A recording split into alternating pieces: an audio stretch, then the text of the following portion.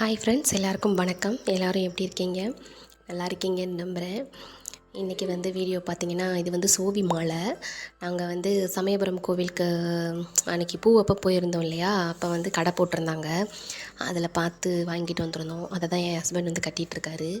காலையில் டிஃபனுக்கு இன்றைக்கி பூரி செஞ்சு கிழங்கு பண்ணோம். மோஸ்ட்லி பார்த்திங்கன்னா, எப்போவுமே நமக்கு பிடிச்ச சாப்பாடை நம்ம செய்யவே முடியாது.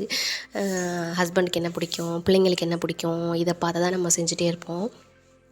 ஒன்று ஹஸ்பண்ட் சாப்பிட்டா பிள்ளைங்க சாப்பிட மாட்டாங்க, பிள்ளைங்க சாப்பிட்டா ஹஸ்பண்ட் சாப்பிட மாட்டாங்க, இல்லை நமக்கு பிடிச்சதை அவங்க வேணாம்பாங்க. இப்படி அவங்களுக்கு என்ன பிடிக்குது அப்படிங்கிறத மட்டும்தான் நம்ம பார்த்து பார்த்து செய்வோம். நமக்கு என்ன பிடிக்குது அப்படிங்கிறத நம்ம ஒரு நாள் கூட செய்யவே மாட்டோம். அவங்களுக்கு சமைக்கிறதே நம்மளும் சாப்பிட்டு போயிட்டே இருப்போம். பூரிக்கு எனக்கு எப்போவுமே பூரி ரொம்பவே பிடிக்கும். காலையில் பிரேக்ஃபாஸ்ட் எப்போவும் வெளில சாப்பிட்றதா இருந்துச்சு அப்படிங்கிற மாதிரி ஒரு சுச்சுவேஷன் வந்துச்சுன்னா, நான் பூரி தான் சாப்பிடுவேன் ஹோட்டலில். எனக்கு அது ரொம்பவே பிடிக்கும். அதனால் இன்றைக்கி வீட்டில் எப்போவுமே சப்பாத்தி தானே போடுறோம். இன்றைக்கி காலையில் பிரேக்ஃபாஸ்ட் பூரி செஞ்சிடலாம் அப்படின்னு சொல்லி தான் காலையிலே ரெடி பண்ணிட்டேன். பூரிக்கு யார் வேணும்னு சொன்னாலும் சரி, வேண்டான்னு சொன்னாலும் சரி, இன்றைக்கி பூரி தான்ப்பா அப்படின்னு ஒரு முடிவோடு பூரி செஞ்சாச்சு. பூரி செஞ்சு கிழங்கு வச்சேன். அது தேங்காய் சட்னி வச்சு சாப்பிடுவாங்க. எனக்கு கிழங்கு வச்சா தான் ரொம்பவே பிடிக்கும். பூரினாலே கிழங்கு தான் சாப்பிட்டா நல்லாயிருக்கும். பூரி கிழங்குக்கு வெங்காயம் தக்காளி போட்டு பச்சை மிளகா போட்டு நல்லா வதக்கிட்டு கடாயில் எண்ணெய் ஊற்றிட்டு அதில் கடலைப்பருப்பு கடுகெல்லாம் போட்டு நல்லா பொரிஞ்சதுக்கப்புறமா நீங்கள் வெங்காயம் தக்காளி போட்டு நல்லா வதக்கிட்டு வேக வச்ச உருளைக்கிழங்கையும் அதோட போட்டு கொஞ்சம் மஞ்சள் பொடி போட்டு நல்லா வேக வச்சுட்டு இறக்குனீங்கன்னா ரெடி ஆயிரும். பூரிக்கு எப்பவுமே கிழங்கு தான் நல்லாயிருக்கும். அதை வச்சு சுட சுட சாப்பிட்டோன்னா ரொம்பவே நல்லாயிருக்கும். அதே மாதிரி பூரி சில பேருக்கு புஷ்ஷுன்னு எந்திரிக்காது. அந்த மாதிரி புஷ்ஷுன்னு வர்றதுக்கு ஒரு டிப் சொல்கிறேன்.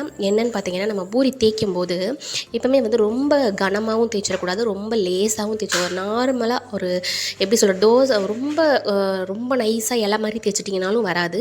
அதே மாதிரி ரொம்ப கனமாக தேய்ச்சிட்டிங்கனாலும் வரவே வராது.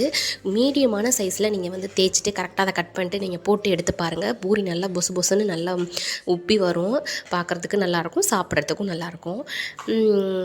ஏன்னா நம்ம தேய்க்கிற பக்குவம் தான் இருக்குது. சப்பாத்திக்கு எப்படி நம்ம கொஞ்சம் நேரம் ஊற வச்சுட்டு அதுக்கப்புறம் நம்ம தேய்ச்சி எடுத்து ஒரு 4-5 தவணை போட்டு மடக்கி தேய்ப்போம். இல்லைனா ஊற வைக்கும் போதே நம்ம தேய்க்கும் போது ஊற வச்சுட்டு தேய்க்கும் போது பார்த்திங்கன்னா கொஞ்சம் நேரம் அழுத்தி தேய்ச்சி கொடுப்போம். அந்த மாதிரி அப்போனா தான் சாஃப்டாக வரும் அப்படின்னு நம்ம பண்ணுவோம். இதுக்கு பூரிக்கு அந்த மாதிரிலாம் கிடையாது.